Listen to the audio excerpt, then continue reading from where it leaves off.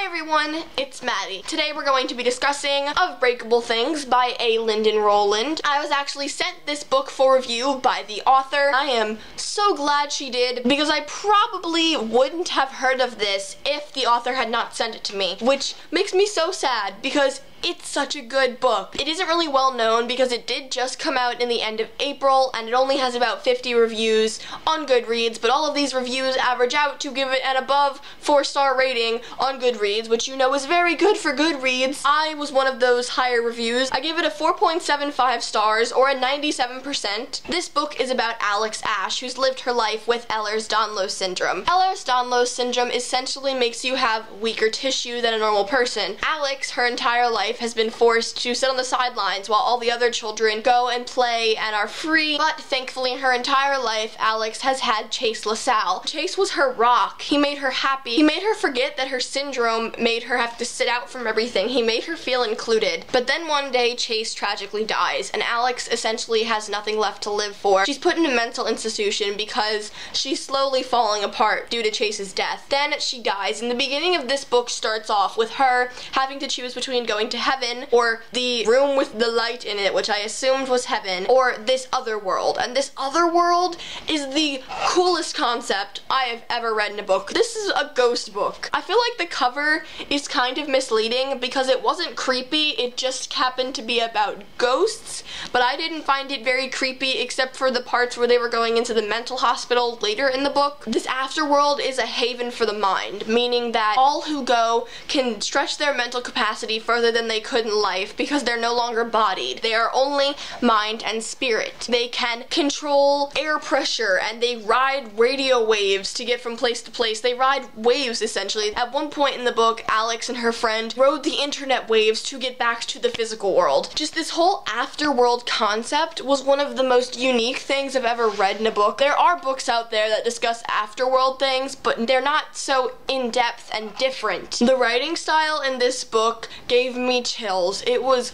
absolutely gorgeous. It reminded me a lot of Taheda Mafi's writing style, but a little bit less overwhelming than it was in the Shatter Me series, but in this, it wasn't overwhelming, it was beautiful. This is a paragraph from the first chapter. She figured that she'd be able to hover over her casket, listening to the harmony of sobs echoing off the walls of a church before she moved on to, well, wherever she was supposed to go. This, however, was certainly the last place Alex had expected to be once her life ended. Familiarity saturated the cinder block walls, splashed with tones of citrus yellow and apple green. Invitingly squishy beanbag chairs sat like distorted gumdrops. Bookcases overflowed with picture books and preteen novels under motivated posters of stranded kittens and toothless children. Utterly confused, she spun in her plastic seat to face the front of the room. A shock of recognition struck her face to find her third-grade teacher sitting at the desk. The corners of Miss Petra's soulful brown eyes turned down sadly, but she tried to smile. It conjures such a clear image in my head. There's no question of what her third-grade classroom looks like. It's just so descriptive and so wonderful. I highly recommend that all of you go pick up this book because it's just phenomenal and not enough people know about it because it's so recently published and I want it to be known more. I went into this book thinking it was a standalone. If it had been a standalone the way it ended, I would not have given it 4.75 stars because I have a lot of questions after this. So I frantically tweeted the author, "What? I have questions. What's going on?" She said it's not only going to have a sequel, but it's going to be a series. I am so thrilled to hear that there are sequels to this because I have so many questions about the world. There's so much left to explore. We can go so much more in depth into this world because we've only seen one city. We've only seen the school she goes to in this afterworld. We haven't seen all of the other cities. We haven't seen all Alex can do, and I'm so excited for that. The one thing that sort of made me drop the 0.25 stars was that the romance was so adorable and I felt all the romantic tension between Chase and Alex throughout the whole book, but I felt like they took a really long time to act upon their feelings. I know they didn't want to ruin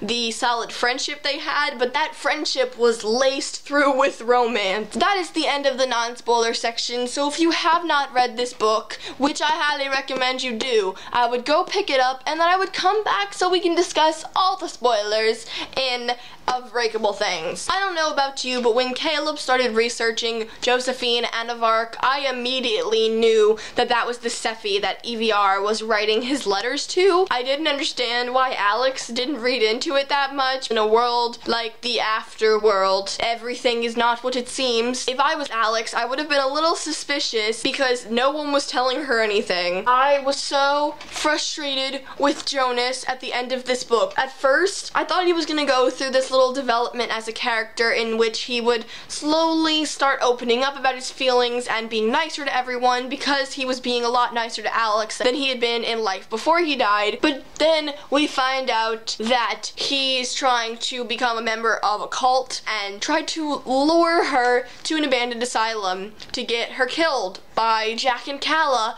who... What? What? I honestly did not see that coming. I thought Jack was going to end up maybe trying to flirt with her, being the one who was practically the leader of this cult. What? I really hope in the next book we get to see more of Liv Frank because we only got to hear a little bit about her in this book. I'm hoping that the fact that she can see ghosts will make her a bigger part in the next book and that they'll maybe visit Parrish a little bit more. I also hope that we learn a little bit more about Duval and Westfall because they seem to have a whole lot of backstory we haven't exactly explored yet. The fact that Eviar and Sephi could hear each other's thoughts and that Chase and Alex can hear each other's thoughts really freaks me out because Eviar ended up killing Sephi. I don't think Chase would end up killing Alex, but Eviar seemed to be really in love with Sephi in the beginning. I'm terrified as to how this is going to turn out in the next books because Alex and Chase are not allowed to injure themselves. No. They're not going to do that. We're not going to let them injure themselves. What is Alex exactly? I'm wondering if she's a prophet or maybe a witch or just a really powerful spirit because she seemed a whole lot more advanced than everyone else and she was a Newberry. She broke a stone bench that was thrown at her on the first day she became a spirit. I think that's pretty advanced for spirit world, dumb. I'm Maddie, thanks for watching. What did you think of this book? If you've read it, tell me down below in the comments and we can discuss it. I'll see you next time. Bye!